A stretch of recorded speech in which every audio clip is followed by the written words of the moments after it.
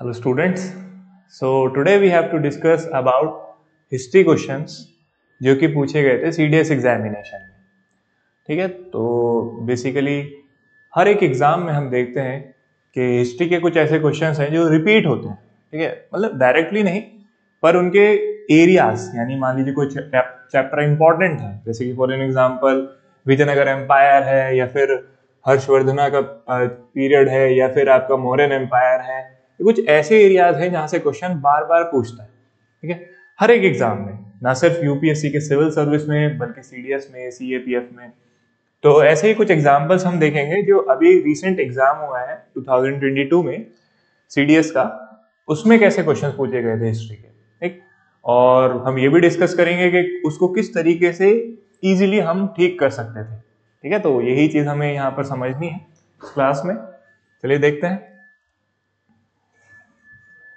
पहले एक बार मैं एक ओवरव्यू दे देता हूं आपको कि how many questions were asked in your CDS examination in 2022 this year, जो हिस्ट्री या फिर आर्ट एंड कल्चर से रिलेटेड थे. अगर आप देखोगे तो टोटल एंशिएंट, मिडिवल और मॉडर्न और इंडियन आर्ट एंड कल्चर को मिला करके देयर वर 16 क्वेश्चंस.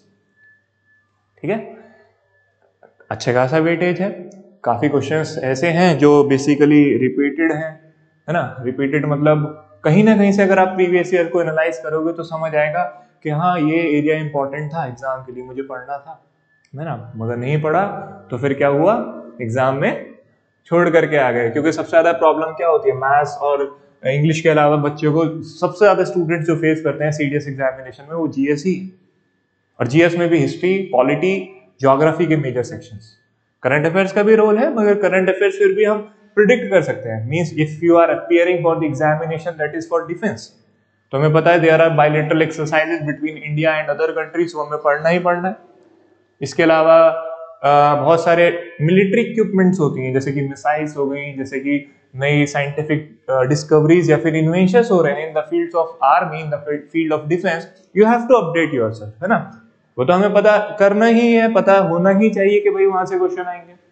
न्यूज़पेपर में कोई आर्टिकल आएगा तो उसको हाईलाइट कर लो. मगर जीएस ऐसा ट्रेडिशनल एरिया है जो हमेशा वही रहता है, पर उसको हम इस तरीके से क्यों ना पढ़ें कि हमारा एग्जाम जो हो वो हमें लगे हाँ भाई हो जाएगा. मतलब अंदर से कॉन्फिडेंस आना चाहिए जीएस को लेकर के भी, है ना.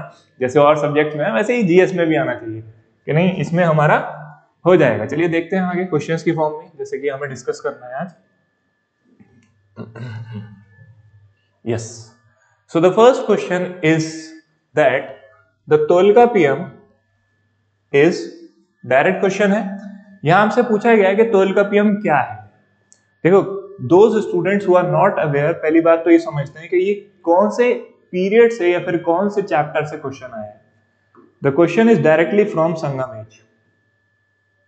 क्लियर, संगम एज का क्वेश्चन है. संगम एज जब हम पढ़ते हैं तो उसमें दो तीन चीजों का हमें ध्यान रखना होता है.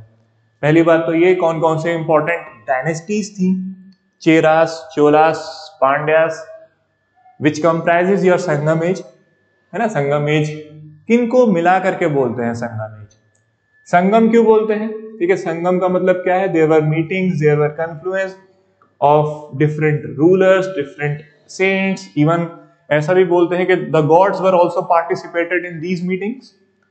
अब यहां पर बहुत सारे इंपॉर्टेंट टेक्स्ट हैं. जब भी हम संगम लिटरेचर या फिर संगम पीरियड के बारे में पढ़ते हैं तो इन टेक्स्ट को बार बार हाईलाइट किया जाता है. तो उसी में से एक टेक्स्ट है Tolkappiyam, which was written by तोलकापियार, है ना. अब यहां पर क्वेश्चन ये पूछ रहा है कि तोलकापियम का कंटेंट क्या है, किस सब्जेक्ट पे या फिर किस थीम पर ये किताब जो है वो लिखी गई है, हमें यहां पर ये समझना है. ठीक है, तो बेसिकली क्या है एक बार देखते हैं. A brief introduction about Sangam age. Sangam age किस कब से कब के पीरियड को बोलते हैं, कहाँ की हिस्ट्री को हम पढ़ते हैं, वही है ये. द पीरियड रफली between 3rd century BC to 3rd century AD in South India. अगर आप ज्योग्राफिकली देखोगे, the region between two rivers that is Krishna and Tungabhadra is known as Sangam period. Clear, अभी मैंने बताया था, मैं आपको फिर एक बार दिखा रहा हूं. एक बार प्लीज मैप में देखिए. और यहां पर हम तीन डायनेस्टीज के बारे में पढ़ते हैं, that is Chola, Pandya and Chera dynasty. ठीक है, इन तीन डायनेस्टीज के बीच में क्या हो रहा था, पॉलिटिकल कंपटीशन थे, कहीं कहीं रिलेशंस भी थे, है ना। तो 3 डायनेस्टी थी, those were ruling in the area और द एरा ऑफ संगमेज। क्लियर? चलो आगे देखते हैं। अब जो क्वेश्चन था हमारा, जब भी हम संगमेज के बारे में पढ़ते हैं, ठीक है, कई सारे स्टूडेंट्स ऑलरेडी जो ये पढ़ चुके हैं मेरे साथ, इनको पता होगा, मैं स्टार्ट ही क्लास यहीं से ही करता हूँ कि what are the important sources which informs us about the Sangam period. Basically history में तो हर एक चीज सोर्सेस पे ही बेस्ड है ना, चाहे वो लिटरेरी हो या फिर आर्कियोलॉजिकल सोर्सेस हो, जैसे कि कॉइन्स हो गए, है ना, या फिर आपकी कोई इंपॉर्टेंट आर्टिफैक्ट मिला, वो सब क्या है, दोज आर आर्कियोलॉजिकल सोर्सेस। जो बुक्स हैं, टेक्स्ट हैं, ये सब क्या है आपके, these all are literary sources, जो कि लिखी गई हैं, किताबें, ठीक। तो बेसिकली तोल्कापियम जो है वो एक बुक है जो कि हमने देखा, इट वाज रिटन बाय तोल्कापियार, अभी मैंने बताया था, the earliest Tamil literary work है, और इसका जो बेस है या फिर जो सब्जेक्ट कंटेंट है that is Tamil grammar. Clear? अब जब बुक ग्रामर पे है, मगर ऐसा नहीं कि सिर्फ ग्रामर की ही किताब है, it also informs us about the political, economic, social as well as cultural condition of the Sangam age। उस टाइम के बारे में सब चीजें भी तो हमें इन्फॉर्म करेगा ना, किताब खाली तोल्कापियार ने, ऐसा तो है नहीं कि सिर्फ उसी के बारे में लिखा होगा, तो यही इसमें बताया है। देखिए question was Tolkappiyam is, answer will be a work of grammar, ठीक है, ग्रामर वर्क है, और बाकी और कंडीशंस के बारे में बताते हैं, मगर ऑप्शंस और जो है वो कहीं मैच नहीं कर रहे इसके अलावा, तो ग्रामर ही आंसर है हमारा। Next question is based on your period of mahajanapadas. Clear? हम पढ़ते हैं ना अलग अलग महाजनपदास के बारे में कि भाई क्या हुआ था 6th सेंचुरी बीसी और उसके आसपास देयर वर 16 महाजनपदास, 16 स्टेट्स थे जो कि आपस में क्या करते थे, देवर इन कॉन्फ्लिक्ट, लड़ते रहते थे फॉर सुप्रीमेसी, फॉर पावर, कि भाई कौन ज्यादा सुप्रीम है या फिर कौन ज्यादा पावरफुल है, ठीक है, इसी के लिए देवर कंटिन्यूअस कॉन्फ्लिक्ट। क्वेश्चन में वही पूछा है मगर दूसरे फॉर्म में, जैसे कि 16 महाजनपदास के कुछ नाम अगर हम काउंट करें, फॉर एन एग्जांपल मगध था, अंगा था, है ना, इसके अलावा आपका वज्जी है, मल्ला है, बहुत सारे स्टेट्स है 16 में से। यहां पर क्वेश्चन ये पूछा है कि कैपिटल और उसके रिवर के बारे में, यानी एक कैपिटल दे रखी है हमें दैट इज माहिष्मती, और पूछा है कि ये जो माहिष्मती कैपिटल थी ये कौन से बैंक्स ऑफ कौन से रिवर के बैंक्स पे लोकेटेड थी, ठीक है। जैसे मान लीजिए कोई अगर राजस्थान में कोई इंपॉर्टेंट महाजनपद था, तो वहां पर geographically we have to relate, अच्छा यहाँ पर ये इंपॉर्टेंट रिवर्स हैं, तो इसकी वजह से यहाँ पर ये लोकेशन रिवर की होगी या माउंटेन्स की होगी या फिर कैपिटल के आसपास की ज्योग्राफी कैसी थी। Same in the case of this question, यहाँ पर हमसे क्या पूछा गया है कि माहिष्मती की जो थी आपकी region that is capital of Mahajanapada, वो कौन से बैंक, रिवर बैंक के किनारे सिचुएटेड था, है ना, ये क्वेश्चन है डायरेक्ट हमारा। यस, तो ये चैप्टर जो है the whole topic we usually discuss in this chapter that is age of Mahajanapada. जितना भी मैं आपको एक इंट्रोडक्शन दे रहा हूँ कि भाई 16 महाजनपदास थे, आपस में लड़ते थे, ऑल दीज, ये सब हम इसमें पढ़ते हैं। यस, यहाँ पर जो महिष्मती के बारे में पूछा गया है, it was the capital of Avanti. Avanti जो कि मोस्ट पावरफुल महाजनपद माना जाता था 6th सेंचुरी बीसी में, ठीक है, ये पड़ता है modern day Ujjain district of Madhya Pradesh के आसपास का रीजन। इसके अलावा इंपॉर्टेंट सिटी जो था वो था माहिष्मती, जो उसकी कैपिटल भी थी कुछ टाइम के लिए, और it was situated on the banks of river Narmada. Clear? Deccan की एक इंपॉर्टेंट रिवर मानी जाती है सेंट्रल इंडिया की, बेसिकली दैट इज नर्मदा। अगर हम इसको फिर से देखें एक बार क्वेश्चन को, तो question was on the banks of which river the ancient Mahishmati capital was located. Your answer will be Narmada. Next आगे चलते हैं। Yes, next question is related to your modern India. Modern India का क्वेश्चन है, और यहाँ पर British East India company, Dutch East India company, इस type से क्वेश्चन जो आप देखोगे बार बार पूछ रहे एग्जाम में, है ना। कई सारे एग्जाम्स में हम डिस्कस कर भी चुके हैं या करेंगे अभी आगे, और बहुत सारी जो क्लासेस हमारी हैं, टेस्ट सीरीज में भी हम क्वेश्चंस डालते हैं ज्यादा से ज्यादा इस टाइप के, क्योंकि दीज आर इंपॉर्टेंट एरियाज, ठीक है। ये अगर पढ़ोगे तो it will help you out. अगर एक बार पूरे अच्छे से आपने चैप्टर को समझ लिया है हर एक एंगल से, हर एक एस्पेक्ट से, सो उसके बाद क्या होगा, there will be a probability कि आप कोई भी क्वेश्चन ऐसा होगा कि शायद ही गलत करके, है ना, मतलब पूरे ही ठीक होंगे ऑलमोस्ट, अगर आप ढंग से उसको पढ़ के जा रहे हो तो। अब एक सेक्शन को इस तरीके से अच्छे से कवर कर लोगे, है ना, जैसे हिस्ट्री मैंने पढ़ा दी, कल्चर मैंने पढ़ा दिया, तो और फैकल्टीज जो हैं वो आपको पॉलिटी पढ़ा देंगे, या फिर आपका इन्वायरमेंट कवर हो जाएगा, या फिर आपका पॉलिटी ज्योग्राफी का एरिया कवर हो जाएगा। तो you will have a holistic idea पूरे के पूरे जीएस सब्जेक्ट में कि भाई अब मेरा कोई भी क्वेश्चन हार्डली गलत होगा।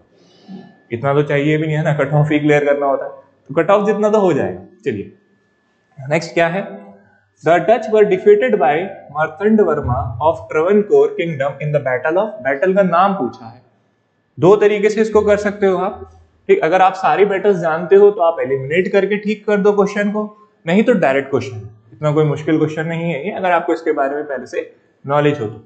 4 दे रखे हैं, ठीक है, दैट इज वांडीवॉश, रक्षतंगाड़ी, रक्षतंगाड़ी तो पहले एलिमिनेट कर दो क्योंकि ये विजयनगर और बहामनी किंगडम यानी जो कॉन्फेडरेसीज थी, बैटल ऑफ तालीकोटा जिसे बोलते हैं वही है ना, तो ये तो वैसे भी नहीं होगा।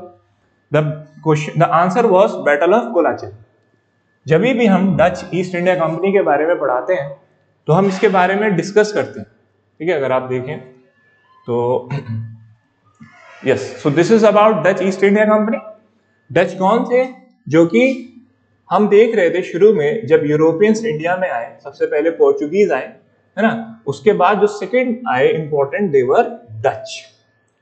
सो Dutch were the first to break through the Portuguese monopoly. What is monopoly, भाई इन्होंने अपनी एक तरीके से सिंगल ट्रेड करने लगे थे। Only European power, those who were dominated in the Indian affairs, ये चाह रहे थे कि इंडिया के साथ हम ही व्यापार करें, और जितनी भी ईस्ट इंडिया कंपनीज हैं जैसे कि ब्रिटिश हो गए या फिर और भी कंट्रीज हो गई जैसे आपके डैनिश हो गए, फ्रेंच हो गए, ये लोग ना, ठीक, तो एक तरीके से इन्होंने अपनी मोनोपोली स्टार्ट कर दी थी, मोनोपोली स्टैब्लिश कर दी थी।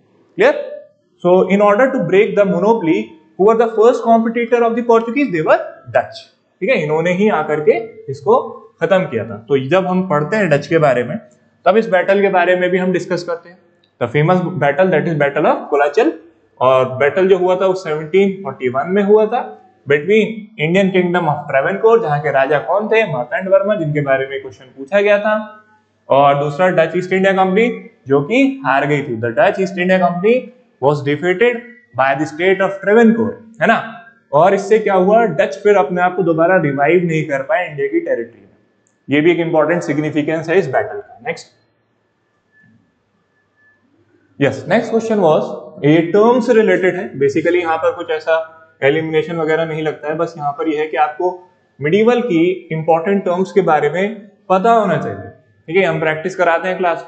जैसे मान लीजिए कई बार पूछ लेता है कि क्वेश्चन आया था during the medieval time what is Darul शिफा, है ना, दारुल शिफा किसे बोलते हैं, या फिर बीमारिस्तान किसे बोलते हैं, बहुत सारे ऐसे टर्मिनोलॉजीज हैं जो कि पर्शियन ओरिजिन की हैं, अरेबिक ओरिजिन की हैं, और इंडिया में यूज होती थी ड्यूरिंग द टाइम ऑफ सल्तनत, during the time of Mughals.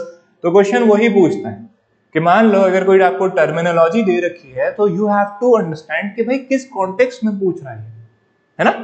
तो यहाँ पर क्या है, सीधा टर्म है और ये पूछा है किसको बोलते थे। क्लियर, तो क्वेश्चन कह रहा है कि what was a manjaniq in the medieval period. यहाँ पर 4 जो हमें टर्म दे रखी हैं वो बेसिकली रिलेटेड है योर मिलिट्री। पहला कैनन है, दूसरा आपका कैटापल्ट है, थर्ड गन कैरेज है, फोर्थ इज योर पोर्टेबल आर्मट्री। ठीक, किसको बोलते थे। क्लियर, तो ये है आंसर इसका सिंपल ही है, इट इज कैटापल्ट। बीच का जो आपका बी ऑप्शन है वही है इसका answer. Yes, so what is Catapult, so it is a military device जिससे आप क्या करते हैं, मिसाइल्स को फेंका जाता है, एक तरीके से पुली का काम करता है ना, ऐसे खींच करके आप उसको लगा करके then you can shoot. So it was used for launching a airplane या फिर फ्लाइंग स्पीड, आप इस पे लगा करके यहाँ पर पुली को और फिर छोड़ देंगे, है ना। बारूद जैसे आप देखते हो या फिर गोला होगा कोई तोप का, तो उस टाइम पर जैसे मैकेनिकल 2-3 ही सिस्टम्स है ना। अगर हम एंशिएंट फिर मिडिवल टाइम की बात करें, धीरे धीरे वो चीजें और डेवलप हुई हैं, स्प्रिंग्स और इसके मैकेनिज्म आए हैं, तो वो सब नहीं था, है ना। तो ये इस तरीके से लगा करके अपना बांध करके उसको छोड़ देते थे। ठीक है,